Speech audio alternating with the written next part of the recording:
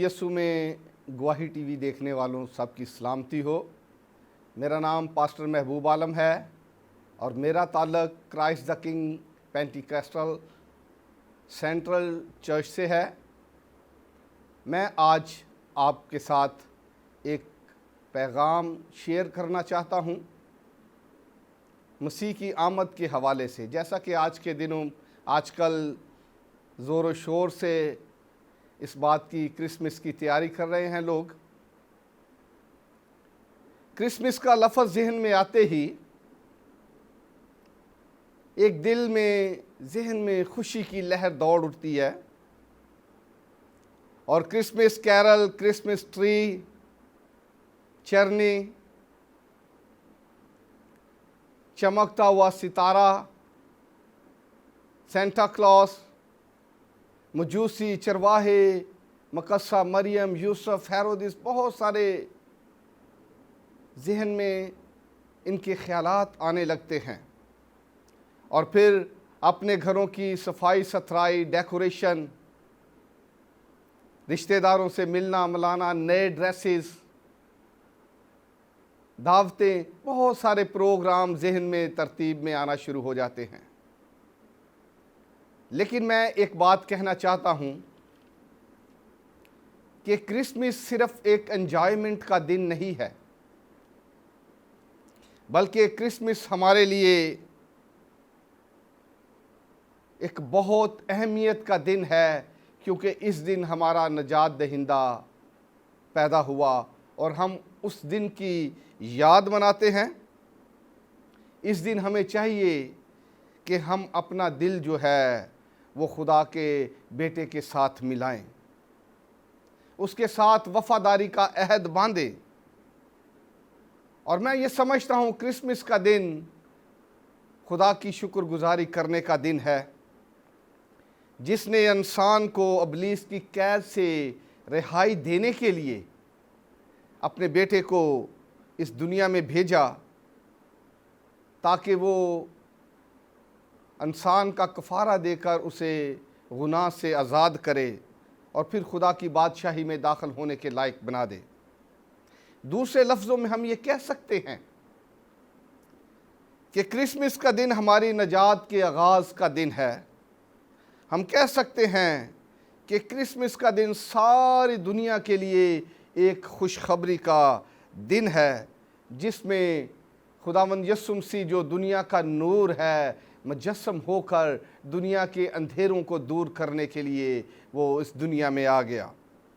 Christmas प्यार, मोहब्बत, अमन और सलामती, सुलह का दिन है और सारी दुनिया के ईमानदारों को आज के दिन मैं इस दिन की मुबारक देना चाहता हूँ कि सलामती का शहज़ादा, अमन का शहज़ादा, सुलह का शहज़ादा ईमानदारों के हमेशा साथ रहता है।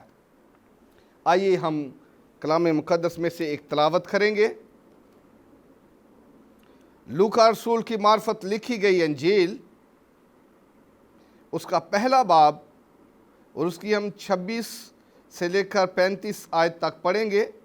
कलाम मुक़द्दस में यूँ लिखा है, छठे महीने में जब्राइल फरिश्ता खुदा की तरफ से गलील के एक शहर में जिसका नाम नासरत था, एक कंवारी के पास भेजा गया, जिसकी मंगनी दाऊद के घराना के एक मर्द यूसुफ नाम से हुई थी और उस कंवारी का नाम मरियम था। और फरिश्ता ने उसके पास अंदर आकर कहा, सलाम तुझको जिस पर फजल हुआ है, खुदावंद तेरे साथ है। वो इस कलाम से बहुत घबरा गई और सोचने लगी कि ये कैसा सलाम है। फरिश्ता ने उससे कहा, ए मरियम, खौफ ना कर, क्योंकि खुदा की तरफ से तुझ पर फजल हुआ है, और देख तू हामला होगी और तेरे बेटा होगा, उसका नाम यस्सु रखना। वो बुजुर्ग होगा और खुदा ताला का बेटा कहलाएगा, और खुदावंद खुदा उसके बाप दाऊद का तख्त उसे देगा, और वो याकूब के घराने पर अब तक बादशाही करेगा, और उसकी बादशाही का आखिर ना होगा। मरियम ने फरिश्ता से कहा, ये क्यों कर होगा, जबकि मैं मर्द को नहीं जानती। और फरिश्ता ने जवाब में उससे कहा, रूहुल कुद्दस तुझ पर नाज़िल होगा और खुदा ताला की कुदरत तुझ पर साया डालेगी, और इस सबब से वो मालूद मुक़द्दस खुदा का बेटा कहलाएगा। कलाम मुक़द्दस के पढ़े और सुने जाने पर खुदा की बरकत हो। आज हम ये बात करेंगे कि क्रिसमस पर जैसे मरियम पर फजल हुआ, तो जिन जिन पर फजल हो जाता है उनकी ज़िंदगियाँ कैसी होती हैं और क्या उनके अंदर तब्दीली आनी चाहिए। पहली बात याद रखें, जिन पर खुदा का फजल हो जाता है उनकी फरिश्ते भी इज़्ज़त करते हैं। इसीलिए फरिश्ता ने मुकद्दसा मरियम को कहा, सलाम तुझको। उसने सलाम किया और कहा, आसमान और ज़मीन का मालिक और खालिक ज़िंदा खुदा तेरे साथ है। जिनके साथ खुदा रहता है, खुदा उनकी हिफाजत भी करता है और उनकी मदद भी करता है, और उसके फरिश्ते उनको मुश्किलात से छुड़ाते हैं। मरियम एक कंवारी थी, और जब उसे खुदा का ये पैगाम फरिश्ते की मार्फत मिला कि वो हामला होगी, यकीनन बहुत सारी मुश्किलात का उसे सामना होगा, लेकिन जिनके साथ खुदा होता है वो सारी मुश्किलात में उनकी मदद करता। अगर हम ज़बूर नंबर 91 उसकी 11वीं आयत को देखें तो वहाँ यूँ लिखा है, क्योंकि वो तेरी बाबत अपने फरिश्तों को हुक्म देगा कि तेरी सब राहों में तेरी हिफाजत करे। फिर ज़बूर 34 की 7वीं आयत में लिखा है कि खुदावन से डरने वालों के चारों तरफ उसका फरिश्ता खैमाजन रहता है, खैमाजन होता है और उनको बचाता है। खुदा के फरिश्ते जिनके साथ खुदा होता है, जिन पर खुदा का हाथ होता है, जिन पर खुदा का फजल होता है, खुदा की बरकत ठहर जाती है, खुदा के फरिश्ते फिर उनकी मदद और हिफाजत करते हैं।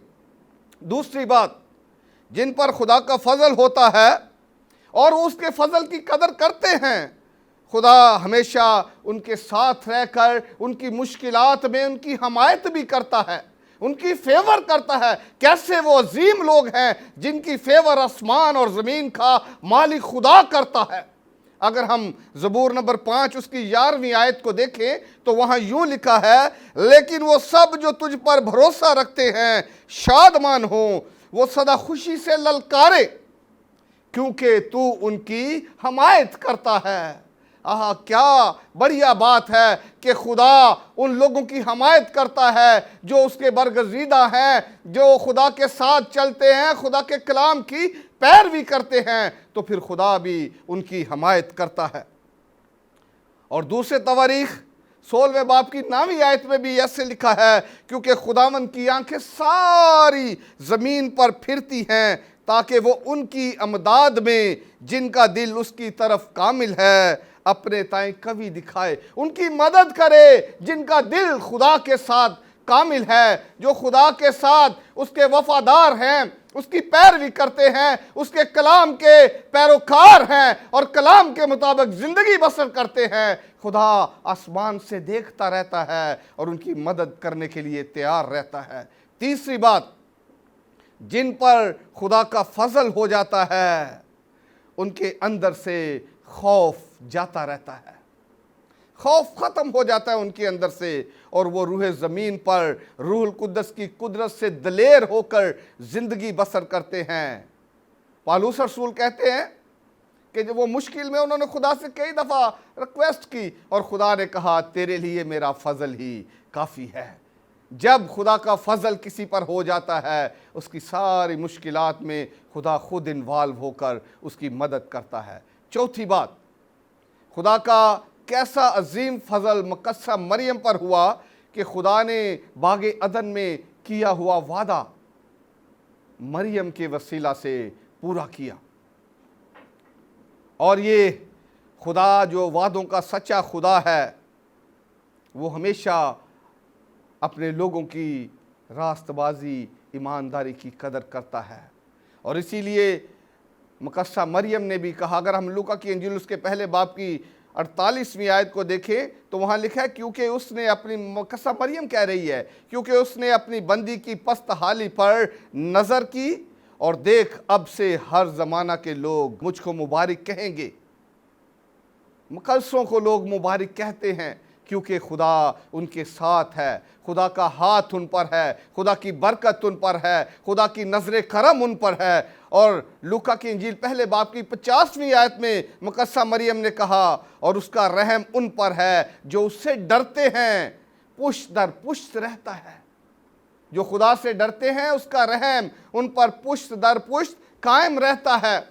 खुदा की मेहरबानी उनकी ज़िंदगियों पर रहती है। और पांचवी बात, जिन पर खुदा का फजल होता है वो खुदा की मोहब्बत को जान लेते हैं और वो खुदा के कलाम को खुशी से कबूल करते हैं। जिस तरह मुकद्दसा मरियम ने फरिश्ता से कहा, मेरे लिए तेरे कौल के मुवाफिक हो।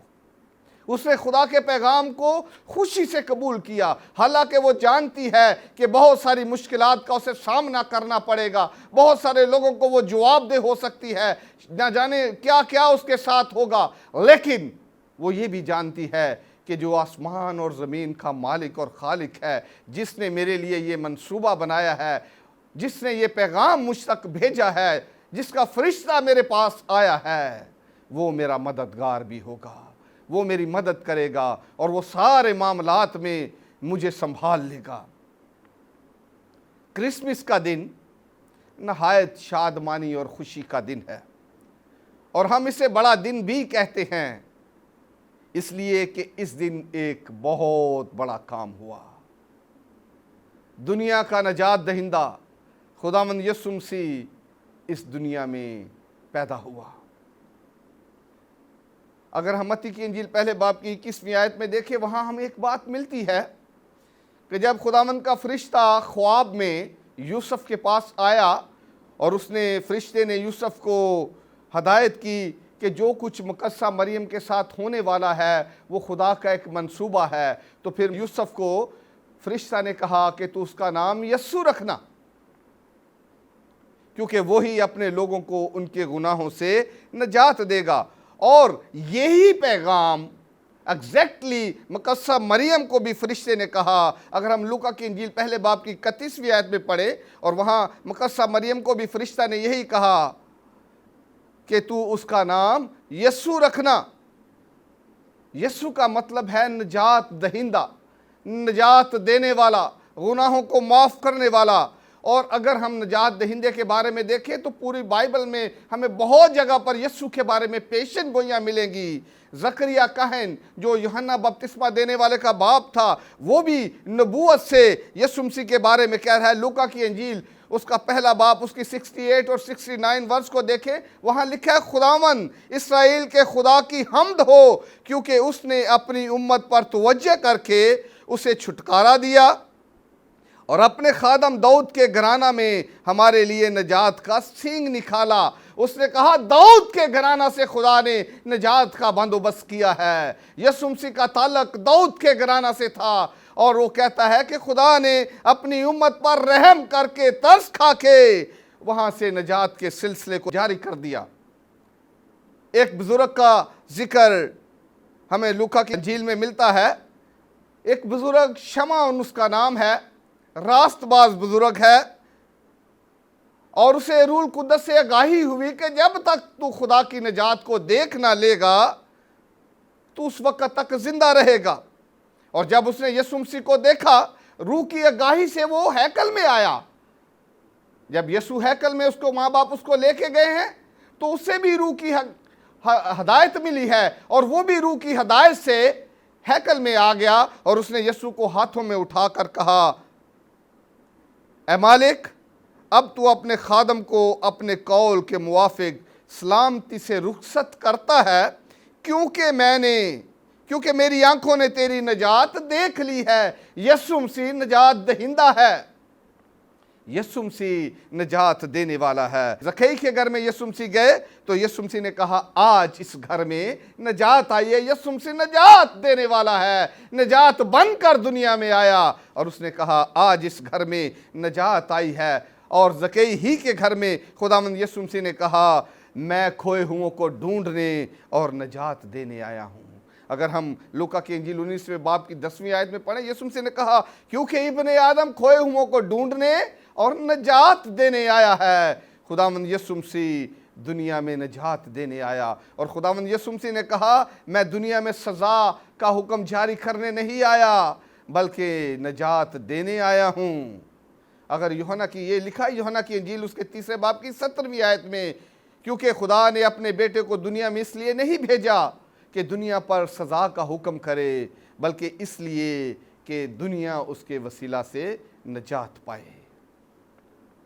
यूहन्ना की इंजील उसके 12वें बाब की 47वीं आयत में भी यही लिखा है कि खुदावंद ने कहा, यीशु मसीह ने कहा कि मैं दुनिया को मुजरम ठहराने नहीं बल्कि नजात देने आया हूँ। हमारा खुदावंद यीशु मसीह नजात दहिंदा है।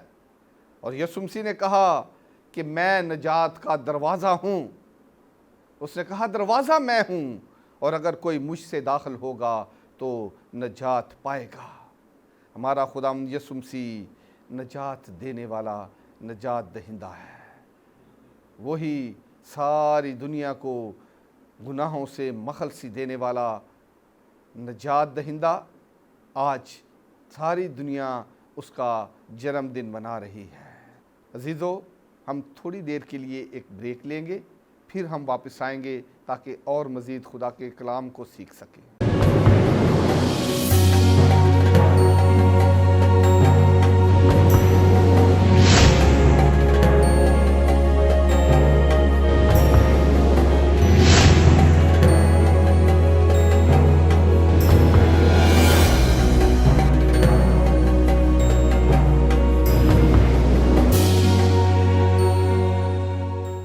अजीज़ों, वेलकम बैक। हम सीख रहे थे कि खुदावंद यीशु मसीह नजात दहिंदा है। अगर हम अमाल की किताब का मतालिया करें तो पतरस और यूहन्ना को जब सदर अदालत में पेश किया गया, इसका जिक्र अमाल की किताब के 4 बाब की 12वीं आयत में है, तो पतरस वहाँ दलेरी से कहता है, और किसी दूसरे के वसीला से नजात नहीं, क्योंकि आसमान के तले आदमियों को कोई दूसरा नाम नहीं बख्शा गया जिसके वसीला से हम नजात पा सके। पतरस ने अमाल की किताब 2 बाब की 21वीं आयत में जब वो पहला खिताब कर रहा था, वहां कहा, जो खुदावंद यीशु का नाम लेगा वो नजात पाएगा। अजीजों, कहना ये चाहता हूँ कि हमारा खुदावंद यीशु मसीह नजात दहिंदा है। पूरी बाइबल जो है इस पेशन गोइयों से, शहादतों से भरी हुई है कि खुदावंद यीशु मसीह नजात दहिंदा है। और हम उसी नजात दहिंदे का जश्न, उसकी वलादत का जश्न जो है वो पूरी दुनिया में धूमधाम से मना रहे हैं। लोग, तैयारियां हो रही हैं कि हमारा नजात दहिंदा जो है उसने दुनिया में इस दिन जन्म लिया, और उसकी याद में सारी दुनिया क्यों ना खुशियां मनाए, जिसने दुनिया को गुनाहों से रिहाई बख्शी। मगर एक बात याद रखनी है कि खुदावंद यीशु ने हमें गुनाहों से आज़ाद कर दिया है, मगर हमें इस आज़ादी का गलत फ़ायदा नहीं उठाना चाहिए। पतरस अपने पहले ख़त में पतरस रसूल कहता है 2 बाब की 16वीं आयत में, और अपने आप को आज़ाद जानो, मगर इस आज़ादी को बदी का पर्दा ना बनाओ, बल्कि अपने आप को खुदा के बंदे जानो।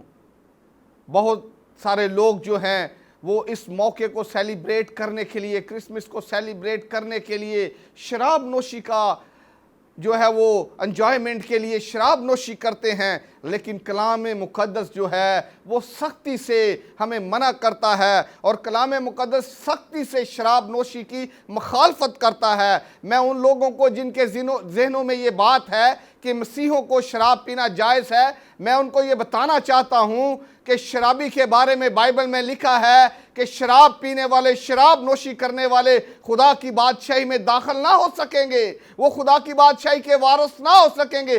शराब की सख्त मुखालफत करती है बाइबल मुक़द्दस। और मैं उन मसीहों से, नौजवानों से भी ये गुजारिश करूँगा कि कोई ऐसा काम ना करें जिससे मसीहत की बेइज्जती हो या लोगों के लिए मजाक या तमस्खर का निशाना बने। ये दिन खुशी का दिन है, इससे हमें बहुत सारे दर्स मिलते हैं, बहुत सारी चीज़ें हमें ऐसी मिलती हैं जो हमारी ज़िंदगी में बरकत का सबब बनेगी। आइए हम देखें क्रिसमस का पैगाम क्या है। क्रिसमस खुदा की इंसान के साथ मोहब्बत के इजहार का दिन है। दूसरी बात, क्रिसमस निजात दहिंदा की विलादत का दिन है और ये एक खुशखबरी का दिन है कि सारी दुनिया को ये पैगाम दो कि निजात दहिंदा इस दिन पैदा हुआ जिसने सारी दुनिया के गुनाहों के लिए कफ़ारा दिया है। तीसरी बात, क्रिसमस का पैगाम ये है कि हमारे इर्द गिर्द जितनी भी मुश्किलात हों, खुदा ईमानदारों को उनमें से निकाल लेता है। मसलन अगर हम मजूसियों को देखें जो दूर दराज से एक लंबा सफ़र करके आए, बियाबानों में, रेगिस्तानों में कई किस्म की मुश्किलात का उन्होंने सामना किया होगा और खुदा उनकी रहनुमाई करता रहा। खुदा ने उनके लिए एक सितारे को मुकर्रर कर दिया और वो सितारे की रहनुमाई में अपने निजात दहिंदा के पास पहुंच गए। चौथी बात, क्रिसमस का पैगाम ये भी है कि जिस तरह चरवाहों ने फरिश्तों का पैगाम सुनकर अपने गला की परवाह किए बगैर अपने मुनज्जी खुदावंद यीशु के दर्शन करने के लिए चल पड़े, हमें भी अपने खुदावंद यीशु मसीह को अपनी ज़िंदगी में पहला दर्जा देना चाहिए। जिस तरह चरवाहों ने किसी चीज़ की परवाह ना की और वो अपने मुनज्जी की तरफ चल पड़े, हमें भी पहले दर्जा खुदावंद यीशु को देना चाहिए, उसे सारी बातों में अफजलियत देनी चाहिए। पांचवी बात, क्रिसमस का एक पैगाम ये भी है कि दुनिया में लोग अगर आपकी मुखालफत भी करें, वो इख्तियार वाले हों, चाहे कोई बादशाह हो, हुकूमत वाले हों, आपको डरना नहीं चाहिए। अगर आप सच्चाई पर कायम हैं तो खुदा आपका मददगार है। हेरोदिस को देखिए, उसके पास कितने वसाइल हैं, उसके पास कितने फौज है, उसने पूरी कोशिश की कि निजात दहिंदा को मरवाए, लेकिन खुदावन जो मददगार है वो यूसुफ की, मरियम की रहनुमाई करता रहा, उनको बताता रहा, उन्हें समझाता रहा और वो उसकी रहनुमाई के साथ वो चलते रहे और खुदा ने यीशु मसीह को हेरोदिस के हाथ से बचाया और उसके सारे नापाक इरादों को उसने नाकाम कर दिया। एक बात को याद रखें, हेरोदिस के ज़ेन को इब्लीस ने अपने कब्जा में ले लिया। वो चाहता था कि किसी तरह से निजात दहिंदा को इसी बचपन में ही कत्ल कर दिया जाए ताकि निजात का आगे काम ना बढ़े, लेकिन खुदा ने इब्लीस के इस मंसूबा को नाकाम किया। खुदा हमेशा अपने लोगों की मदद करता है और इब्लीस को शर्मिंदा करता है। सातवीं बात, क्रिसमस का पैगाम ये भी है कि जिस तरह मजूसी अपने हदिये नजराने खुदावंद यीशु को पेश करने के लिए आए और उन्होंने उसे सजदा करके अपना बादशाह कबूल किया, हमें भी ज़रूरत है कि अपने निजात दिंदा खुदावंद यीशु मसीह को अपना बादशाह बनाएं और उसे अपना दिल नजराने के तौर पर पेश करके उसके हुक्मों के मुताबिक, उसके कलाम के मुताबिक ज़िंदगी बसर करें। क्रिसमस का एक पैगाम ये भी है कि हमारा खुदा ज़िंदा है और अपने वादों और कौलों को याद रखता है। जिस तरह खुदा बाप ने अदन में वादा किया कि औरत की नस्ल से वो इब्लीस के सर को कुचलवाएगा और उसने उसके लिए मुकस्सा मरियम का इंतखाब किया और अपने बेटे को, इकलौते बेटे को दुनिया में भेजा। खुदा ने अपने वादे को याद किया, खुदा अपने वादे कभी नहीं भूलता। क्रिसमस का एक पैगाम ये भी है कि खुदा सच्चा खुदा है। जितनी पेशन गोइयाँ बाइबल मुक़द्दस में यीशु के बारे में थी वो सारी पूरी हुई। मैं उनमें से दो पेशन गोइयों का जिक्र करूँगा। यूसाया नबी ने पेशन गोई की, देखो एक कंवारी हामला होगी और बेटा जनेगी, और ऐसा हुआ। फिर मेका नबी ने पेशन गोई की यहूदा के इलाके के बारे में कि तुझसे एक सरदार निकलेगा जो इस्राएल की उम्मत की गलाबानी करेगा। ये भी पूरी, बहुत सारी पेशन गोइयाँ पूरी हुई। खुदा ने सारा कुछ अपने बेटे के वसीले से सारी पेशन गोइयों को पूरा किया। क्रिसमस का एक पैगाम ये भी है कि खुदावंद यीशु मसीह दुनिया का नूर है और दुनिया का नूर जब दुनिया में आया उसने सारे अंधेरों को, जहालत के अंधेरों को दूर कर दिया। यीशु मसीह ने कहा जो मेरी पैरवी में चलेगा वो कभी अंधेरे में ठोकर ना खाएगा। ये दुनिया का नूर दुनिया में इसीलिए आया कि दुनिया के अंधेरों को दूर करे, लोगों को संभाले। लोग जो गुनाहों की दलदल में मर रहे हैं, फंस रहे हैं, हलाकत की तरफ जा रहे हैं, इब्लीस के हाथों जुल्म और दुख उठा रहे हैं, ये खुदा का बेटा इसीलिए दुनिया में आया कि इब्लीस के कामों को मिटाए, इब्लीस के सारे मंसूबों को नाकाम करे और उन लोगों को इब्लीस के हाथों से छुड़ाकर खुदा की बादशाहत में जाने के लायक बनाए। मेरे अजीज़ों, अगर आप क्रिसमस के मौका पर एक बात को याद रखें तो ये बहुत अच्छी बात है। आप गरीबों को, मस्कीनों को, बेरोज़गारों को, ज़रूरतमंदों को, मुताजों को, ऐसे लोग जिनके पास कुछ नहीं है, जो आपके मुंतज़र हैं, आपकी मदद के मुस्तहिक हैं, उन्हें मत भूलें, उनकी ज़रूर मदद करें। जो कुछ आप उनके लिए कर सकते हैं उन्हें अपना जान कर उनकी मदद करें, उन्हें अपने पड़ोसी, अपने बहन भाई जानकर उनकी मदद करें, ताकि ये बरकत आपकी ज़िंदगी में कायम रहे। देखिए, खुदावंद यीशु मसीह ने खुदा के कलाम में लिखा है, खुदावंद यीशु मसीह ने कहा, दिया करो तो तुम्हें भी दिया जाएगा। अगर हम दूसरों की मदद करेंगे, अगर हम दूसरों को देंगे, तो इसमें कोई शक नहीं है कि खुदावंद भी हमें बरकत पर बरकत देगा। खुदावंद भी अपना आसमान खोल कर हमारे घरों में बरकत बरसाएगा, हमारे घरों में किसी चीज़ की कमी ना होगी। मेरा दिल बहुत खुश होता है जब मैं सुनता हूँ कि बहुत सारी मिनिस्ट्रियाँ हैं, बहुत सारे लोग हैं जो ऐसे काम कर रहे हैं, राशन तकसीम कर रहे हैं, गरीबों की मदद कर रहे हैं, बेरोज़गार जो हैं जिनके पास कुछ नहीं है। ख़ुसूसन आजकल के दिनों में कोरोना की वजह से बहुत सारे लोग बेरोज़गार हैं और जिनके पास खाने को भी नहीं है।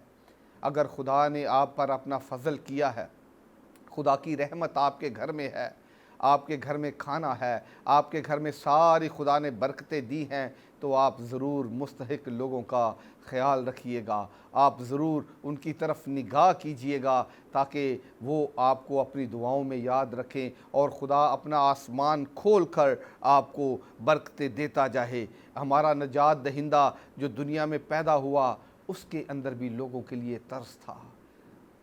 बीमारों को शिफा देता, उसको उन पर तरस आता। भूखे जब लोग उसके पीछे भीड़ चलती, उनके लिए खाने का बंदोबस्त करता, उनके लिए खाना मुहैया करता, उसे लोगों पर तरस आता, उसे भीड़ पर तरस आता। उसने अपने लोगों के दिलों को भी नरम किया है, उसके लोगों के दिलों में भी तरस है, और जिनके दिल के अंदर तरस है, खुदा उन पर अपनी रहमत को भी वैसे ही जारी करता है। क्योंकि मैं ये समझता हूँ कि जो दूसरों पर रहम करता है, खुदा उस पर भी रहम करता है। जो दूसरों की मदद करता है, खुदा उसकी भी मदद करता है। जो दूसरों के साथ भलाई करता है, खुदा उनके साथ भी भलाई करता है। खुदा हमेशा उन लोगों की मदद करता है जो दूसरों की मदद करते हैं। देखिए, खुदा का कलाम हमें ये सारी बातें सिखाता रहता है, और अगर इंसानी रिश्ते से भी, इंसानी नातों से भी इन चीज़ों को देखें तो यकीनन हमें दूसरों की मदद करनी चाहिए। इंसानियत ही ये है कि हम एक दूसरे के मददगार बने, एक दूसरे की मुश्किल में उनके साथ खड़े हों, एक दूसरे का ख्याल करें, एक दूसरे की इज़्ज़त करें, और इसी तरह हम अच्छे इंसान भी बन सकते हैं और नेक मसीही भी बन सकते हैं। ऐसे मसीही जिन्हें खुदा पसंद करता है, ऐसी कलीसिया जो खुदा की पसंदीदा कलीसिया है, ऐसे लोग जिन पर खुदा की बरकत होती है, वो बाबरकत होते हैं। वो जहाँ भी जाते हैं वो दूसरों के लिए बरकत का सबब बनते हैं, और इसी सबब से वो जब दूसरों से मिलते हैं तो फिर दूसरों से अपनी ज़िंदगी की बरकत की गवाहियाँ शेयर करते हैं, और फिर वो दूसरों के लिए बरकत का सबब बन के, दूसरों के लिए नजात का सबब बन के उन्हें खुदा का पैगाम सुनाते हैं, और नजात के लिए उन्हें तैयार करते हैं, और फिर बाबरकत बन के दूसरों को बाबरकत बना देते हैं। ये क्रिसमस का पैगाम जो है, ये हमारे लिए बरकत का पैगाम है। ये क्रिसमस का पैगाम हमारे लिए खुशियों का पैगाम है, और मैं ये चाहता हूँ कि जब आप क्रिसमस की खुशियाँ सेलिब्रेट करें तो आप दूसरों को ज़रूर याद रखें। मेरी तरफ से, मेरे चर्च की तरफ से, मेरे चर्च के सारे पासबानों की तरफ से, हमारी कलीसिया की तरफ से, और गवाही टीवी की तरफ से सारे देखने वाले मसीहों को मेरी तरफ से, मेरे चर्च, कलीसिया और गवाही टीवी की तरफ से बहुत बहुत क्रिसमस मुबारक हो और नया साल भी मुबारक हो। मेरी दुआ है कि इस क्रिसमस और नए साल पर खुदावंद की कसरत की बरकत आपके घरानों पर आए और नया साल आपके लिए नई खुशियां लेकर आए और आपको ऐसी ज़िंदगी मैसर आए जिससे हमेशा खुदावंद यीशु का नाम जलाल पाता रहे। मेरी तरफ से फिर आप सबको, देखने वालों को बहुत बहुत सलाम कबूल हो। खुदावंद आप सबको बरकत दे। मैं आपके लिए दुआ करना चाहता हूँ। खुदावंद आसमानी बाप, यीशु नाम से मैं तेरी शुक्रगुजारी करता हूँ उन सब के लिए जिन्होंने इस पैगाम को देखा है, सुना है। मैं तेरी मिन्नत करता हूँ खुदावंद उनके घरानों में तेरी बरकत आए, उनके किचन्स पर तेरी बरकत आए और खुदावंद ये क्रिसमस उनके लिए ढेरों खुशियाँ लेकर आए खुदा। और ये क्रिसमस पर खुदावंद यीशु मैं तेरी मिन्नत करता हूँ उनके दिल जो हैं खुदा वो तेरी चरनी बने, तेरा जन्म उनके दिलों में हो ताकि उनकी ज़िंदगियाँ बदल जाए और खुदा वो बाबरकत बन जाए। पाक खुदावंद मैं तेरी मिन्नत करता हूँ गवाही टीवी हमेशा खुदावंद दूसरों के लिए बरकत का सबब बना रहे। यीशु के पाक जलाली नाम से मांगते हैं, आमीन।